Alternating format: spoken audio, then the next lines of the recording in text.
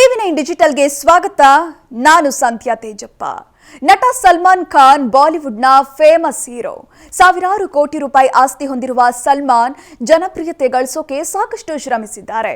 ವಿಭಿನ್ನ ನಟನೆಗಿಂತಲೇ ಗಮನ ಸೆಳೆಯೋ ಸಲ್ಲು ಹಲವು ವಿವಾದಗಳಿಗೂ ಕಾರಣ ಆಗಿದ್ದಾರೆ.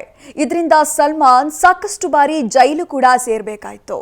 ಅಷ್ಟಕ್ಕೂ ಸಲ್ಲು ಹೆಸರಲ್ಲಿರೋ ವಿವಾದಗಳೆಷ್ಟು? ಇಲ್ಲಿದೆ ನೋಡಿ ಕಂಪ್ಲೀಟ್ ಸ್ಟೋರಿ.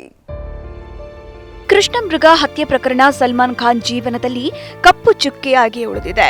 1999ರಲ್ಲಿ ಸಲ್ಮಾನ್ ಖಾನ್ ಹಮ್ ಸಾತ್ ಸಾತ್ ಹೇ ಸಿನಿಮಾ ಶೂಟಿಂಗ್ಗೆ ಅಂತ ಜೋಧ್ಪುರ್ಗೆ ತೆರಳಿದ್ರು. ಅಲ್ಲಿ ಶೂಟಿಂಗ್ ಬಿಡುವಿನ ಸಂದರ್ಭದಲ್ಲಿ ಕಾಡಿಗೆ ತೆರಳಿ ಕೃಷ್ಣಮೃಗ ಬೇಟೆಯಾಡಿದ್ರು. ಇದರಿಂದ ಸಲ್ಮಾನ್ ಜೈಲುವಾಸ ಅನುಭವಿಸಿದ್ರು.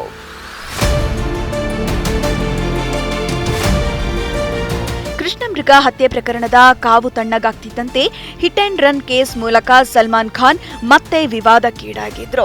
2002ರಲ್ಲಿ ಸಲ್ಮಾನ್ ಖಾನ್ ಕಾರು ಬೇಕರಿ ಒಳಗೆ ಏಕಾಏಕಿ ನುಗ್ಗಿತ್ತು. ಈ ಪರಿಣಾಮ ಬೇಕರಿ ಸಮೀಪ ಮಲಗಿದ್ದ ವ್ಯಕ್ತಿ ಸಾವನ್ನಪ್ಪಿದ್ದ. ನಂತರ ಸಲ್ಮಾನ್ ಖಾನ್ ರವರನ್ನ ಬಂಧಿಸಲಾಗಿತ್ತು.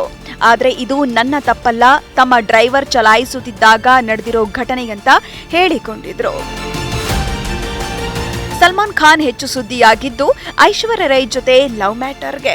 ಹೌದು, ಐಶ್ವರ್ಯ ರೈ ಸಲ್ಲು ಭಾಯ್ ಪ್ರೀತಿಸ್ತಿದ್ರು. ಆದರೆ ಯಾವುದೋ ಕಾರಣಕ್ಕೆ ಐಶ್ವರ್ಯ ರೈ ಮೇಲೆ ಸಲ್ಲು ಹಲ್ಲೆ ನಡೆಸಿದ್ದಾರೆ ಎಂದು ಹೇಳಲಾಗಿತ್ತು. ಐಶ್ವರ್ಯ ರೈ ನಂತರ ಬಾಲಿವುಡ್ ನಟಿ ಕತ್ರಿನಾ ಜೊತೆಗೂ ಸುತ್ತಾಟ ನಡೆಸಿದ್ರು. ಇನ್ನು ಸಲ್ಲು ಭಾಯ್ ಶಾರುಖ್ ಜೊತೆನೂ ಕಿತ್ತಾಡಿಕೊಂಡಿದ್ರು. ಸಲ್ಮಾನ್ ಖಾನ್ ಕತ್ರಿನಾ ಜೊತೆ ಡೇಟ್ ಮಾಡ್ತಿದ್ದ ಸಮಯವದು.